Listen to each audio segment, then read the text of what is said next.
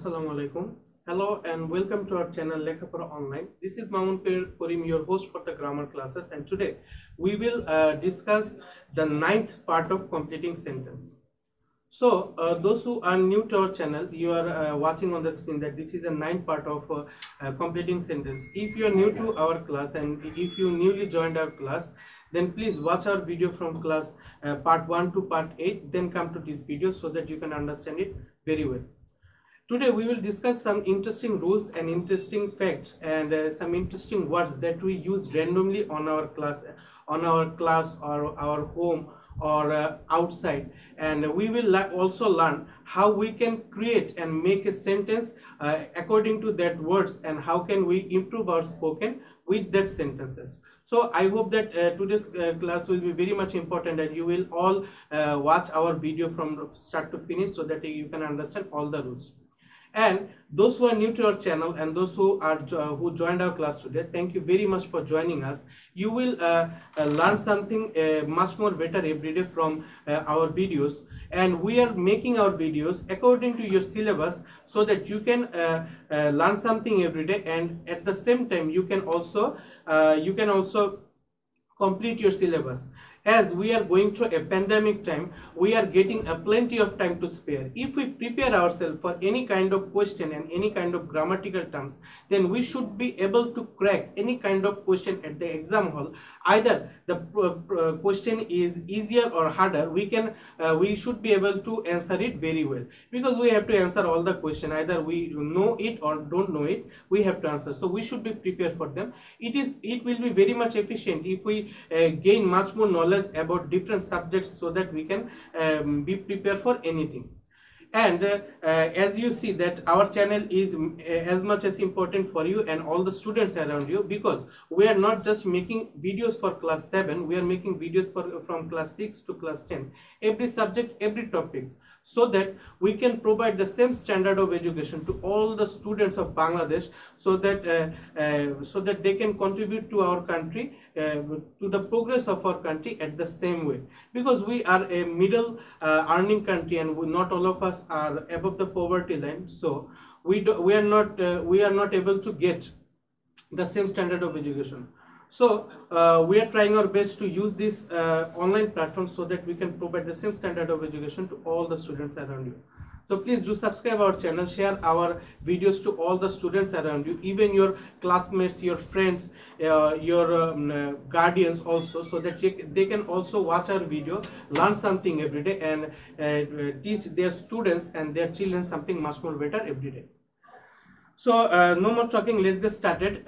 If we step forward, on my previous class I skipped rule 25 and I discussed rule 26, because rule 25 is a word that have no specific meaning. So if we can understand rule 26 very well, then we can get all the things of rule 25 too. So I will start with rule 26 first, then I will go to rule 25. আমরা আজকে rule 26 থেকে আবার শুরু করব, কারণ rule 26 যদি ভালোভাবে বুঝতে পারো তাহলে 25 নম্বর রুলটা খুবই সুন্দরভাবে বুঝতে পারবে। আমরা যদি খেয়াল করি, এখানে দেখো একটি ওয়ার্ড দেওয়া আছে, হ্যাড বেটার।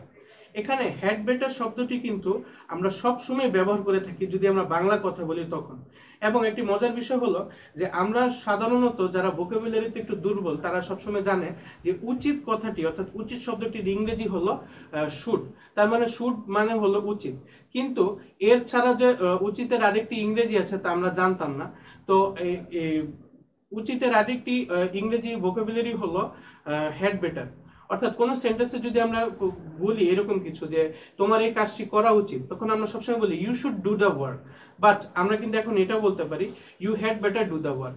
এভাবে কিন্তু চাইলে আমরা সেন্টেন্সগুলোকে এখন কমপ্লিট করতে পারবো। তার মানে আমরা একটা নতুন ভোকাবুলারি শিখলাম। আশা করি যারা আগে ক্লাসটি দেখেছো তারা এই গ্রামারটি খুবই ভালোভাবে পড়েছো, বাসায় প্র্যাকটিস করেছো, এবং সেই অনুযায়ী এখন তোমাদের কোনো সমস্যা নাই। কিন্তু যারা নতুন এসেছো তাদের জন্য আমি আরেকবার আলোচনা করে দিচ্ছি।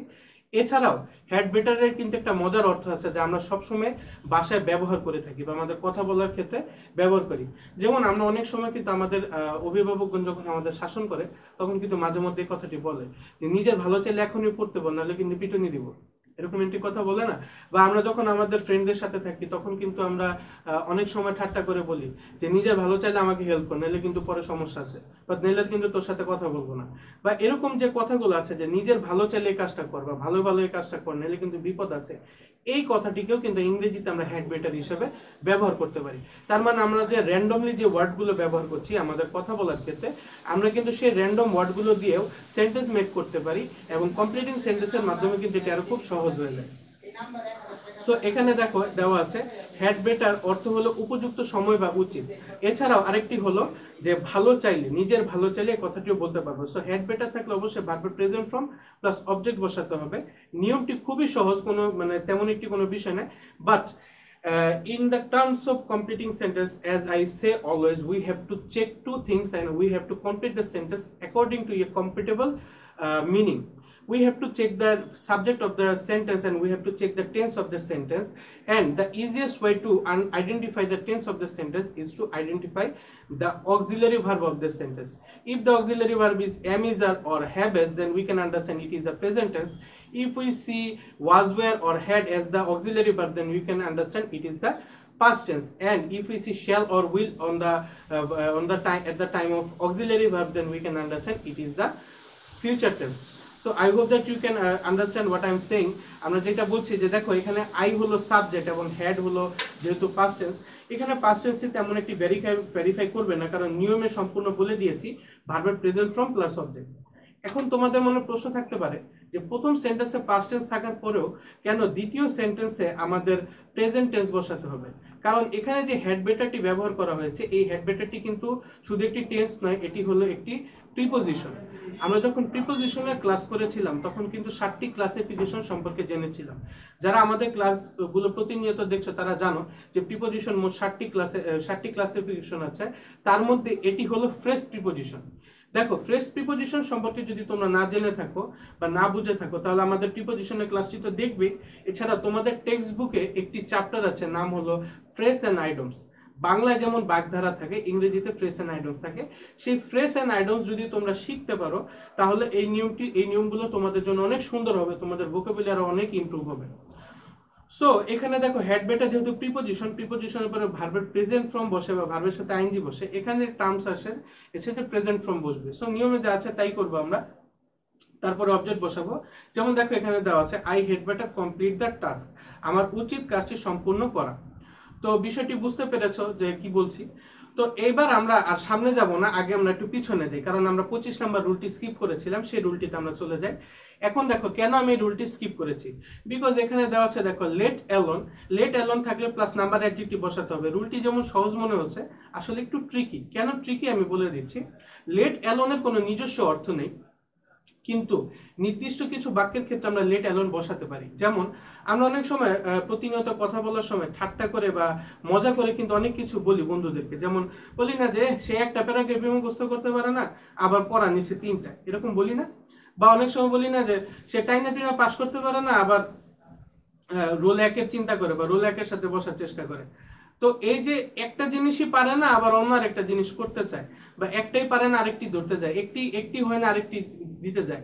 তো এই সকল জাতীয় যে তুলনামূলক শব্দগুলো আছে, এই শব্দগুলোর ক্ষেত্রে তখন আমাদের লেট অ্যালোন ব্যবহার করতে হয়।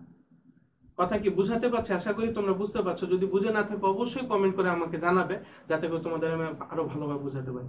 তাই এই লেট অ্যালোনের কোনো নিজস্ব অর্থ থাকে না, বা যে অর্থ আছে তাই এত সুন্দর ভেরিফাই করে না, কিন্তু আমরা বুঝতে পারছি যে কোন সকল বাক্যের ক্ষেত্রে আমরা লেট অ্যালোন ব্যবহার করব। সো এই লেট অ্যালোন থাকলে পরবর্তীতে শুধু একটি নাম্বার অ্যাডজেক্টিভ বসালেই হয়ে যাবে। বিষয়টি কিন্তু খুবই সহজ দেখা যাচ্ছে, but there is something tricky about this example, or what I can say this rule, because we not just have to use a number adjective, but we have to identify the form by the given sentence। অর্থাৎ যে সেন্টেন্সটা আমাদের দেওয়া থাকবে সেই সেন্টেন্সে আমাদের যে নাম্বার অ্যাডজেক্টিভটি কোন ফর্মে দেওয়া আছে, নিউমেরিক ফর্মে আছে দেওয়া আছে না সিরিয়াল ফর্মে দেওয়া আছে, এটিও কিন্তু আমাদের ফলো করতে হবে। যেমন আমরা যদি এক্সাম্পলটি খেয়াল করি তাহলে মনে হয় একটু সুন্দরভাবে তোমাদের বুঝাতে পারবো। এখানে দেখো দেওয়া আছে you can not get in third class. এখানে দেখো you can not get in third class, এখানে কিন্তু থার্ড ক্লাস হলো একটি নাম্বার অ্যাডজেক্টিভ, এখানে থার্ড ক্লাস দেওয়া আছে, আমরা দিতে পারি লেট অ্যালোন ফার্স্ট ক্লাস। এখানে আমি ফার্স্ট ক্লাস যেমন একটি নাম্বার অ্যাডজেক্টিভ, আমরা তো ওয়ান ক্লাসও দিতে পারি, কিন্তু দিলে মার্কটি কাটা চলে যাবে। কেন কাটা চলে যাবে? কারণ হলো দেখো প্রথম নাম্বার অ্যাডজেক্টিভটি সিরিয়াল ফর্মে আছে থার্ড ক্লাস, তার মানে পরেরটিও আমাদের সিরিয়াল ফর্মে দিতে হবে। প্রথমটি যদি নিউমেরিক ফর্মে থাকতো, প্রথমটি যদি থাকতো 3 ক্লাস বা ক্লাস 3, তখন আমাদের হতো ক্লাস 1, কিন্তু যেহেতু এখানে থার্ড ক্লাস দেওয়া আছে সেখানে আমাদের ফার্স্ট ক্লাস দিতে হবে।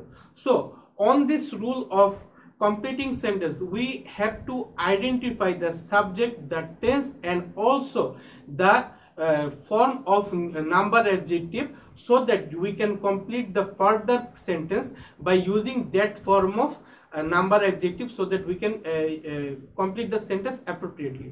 সো আমরা বুঝতে পারছি যে আমাদের শুধুমাত্র যে নাম্বার অ্যাডজেক্টিভ বসালে হবে না, আমাদের ওই আগেরটার সাথে কম্পিটেবল একটি নাম্বার অ্যাডজেক্টিভ অথবা নিউমেরিক অথবা সিরিয়াল নাম্বার বসিয়ে কিন্তু আমাদের সেন্টেন্সটিকে কমপ্লিট করতে হবে। আশা করি বিষয়টি তোমরা বুঝতে পেরেছো। সেন্টেন্সটির উত্তর হবে you can not get in third class let alone first class. দেখো এটার অর্থ খুব মজার, তুমি তৃতীয় শ্রেণী পেতে পারো না, আবার প্রথম শ্রেণীর কথা ভাবাই তো যায় না। তার মানে এখানে দেখো একটি ঠাট্টা বা মস্করা করে একটি কথা বলেছে। এই সকল সেন্টেন্সের ক্ষেত্রে আমরা লেট অ্যালোন ব্যবহার করব। আশা করি বিষয়টি তোমরা বুঝতে পেরেছো। If we step further more we can see two words, would rather and would sooner. Would rather and would sooner have the same meaning, but if we use would rather, then it will be much more appropriate for listening and writing. অর্থাৎ would rather and would sooner দুটার অর্থই প্রায় same, কিন্তু আমরা যদি would ratherটা ব্যবহার করি তাহলে আমাদের শুনতে বেশি সুন্দর লাগে, অ্যাপ্রোপ্রিয়েট লাগে। would rather অথবা would sooner অর্থ হলো বরং। এই কথাগুলো কিন্তু এই যে ওয়ার্ড দিয়ে যে সেন্টেন্সটি তৈরি করা হয়েছে এটিও কিন্তু আমরা প্রতিনিয়ত ব্যবহার করি, অর্থাৎ র্যান্ডমলি আমরা বলে থাকি। যেমন আমরা বলি না যে এই কাজটি করবো বরং ওই কাজটি করি। যেমন আমরা ফ্রেন্ডরা মিলে যখন হলিডে প্ল্যান করি তখন কি বলি যে আমরা কক্সবাজার যাব, একটা কাজ করি বরং আমরা বান্দরবান যাই। তো এই যে বরং কথাটি, অর্থাৎ একটির পরিবর্তে আরেকটির মাঝখানে যে বরং কথাটি থাকে এটিকে ইংরেজিতে উড রাদার অথবা উড সুনার বলে। সো উড রাদার অথবা উড সুনার থাকলে অবশ্যই দেন প্লাস V1 প্লাস অবজেক্ট বসালে সেন্টেন্সটি কমপ্লিট হয়ে যাবে। যেমন আমরা যদি এক্সাম্পলটা একটু খেয়াল করি, আশা করি তোমরা দেখতে পাচ্ছ, আমি তোমাদের জন্য জুম করে দিচ্ছি যাতে সুন্দরভাবে দেখতে পারো। দেখো এখানে দেওয়া আছে হি উড রাদার স্লিপ দেন ইট, সে বরং ঘুমাবে তবুও খাবে না। এখানে জেদ প্রকাশ করার জন্য ব্যবহার করেছে। পরবর্তীতে হলো Rodela would rather love him than you, Rodela বরং তাকে ভালোবাসবে তবুও তোমাকে নয়। এখানে কিন্তু তিরস্কার করার জন্য কথাটি বলেছে। তার মানে একটি ওয়ার্ড দিয়ে আমরা কত ধরনের সেন্টেন্স তৈরি করতে পারি। আশা করি বিষয়গুলো বুঝতে পেরেছো। আশা করি ক্লাসটি তোমরা সম্পূর্ণ দেখেছো এবং আমরা যে ওয়ার্ডগুলো র্যান্ডমলি ইউজ করি আমাদের কথা বলার ক্ষেত্রে, যেমন উড রাদার, লেট অ্যালোন অথবা এর আগে যেটি বলেছিলাম সো এ হ্যাড বেটার, এই সকল শব্দগুলো দিয়ে কিভাবে সেন্টেন্স মেক করতে আশা করি বুঝতে পেরেছো। যদি ক্লাসটি ভালো লেগে থাকে অবশ্যই লাইক বাটনে ক্লিক করবে এবং সকল সহপাঠীদের নিকট শেয়ার করবে, যাতে করে তারা আমাদের ক্লাসগুলো দেখে ভালো কিছু শিখতে পারে। আর যারা আমাদের চ্যানেলটি এখনো সাবস্ক্রাইব করেনি অবশ্যই সাবস্ক্রাইব করে নিবে, আর আমাদের ক্লাসটি প্রতিনিয়ত পাওয়ার জন্য, নোটিফিকেশন পাওয়ার জন্য বেল আইকনটি প্রেস করে রাখবে। আজ এই পর্যন্তই, আগামী ক্লাসে আবার হাজির হব কমপ্লিটিং সেন্টেন্সের পরবর্তী অংশ নিয়ে। Till then stay home, stay safe and please take the necessary measures so that we can get rid of this pandemic as soon as possible. Until then, assalamu alaikum.